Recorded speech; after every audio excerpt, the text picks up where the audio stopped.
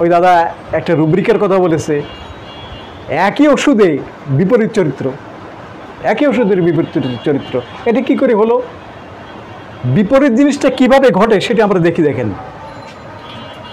এটা জেনে থাকা ভালো, জানা যে যে উৎপন্ন করেছে তার ওই সাসেপ্টিবিলিটি রয়েছে ওই সিমটম উৎপন্ন করার, বিপরীত কিছু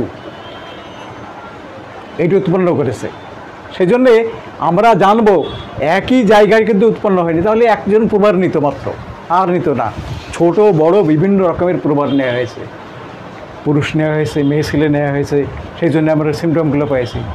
আপনারা আমার তো প্রুভিং করে আমি মিনিস্ট্রেশন সিমটম পাবো না, পাবো কি? ওই যে ব্যাপারই নেই তো। ঠিক তেমনি পুরুষেরও আলাদা যে সিমটমগুলো রয়েছে তারই শুধু প্রকাশ পেয়েছে, মহিলাদের পায়নি।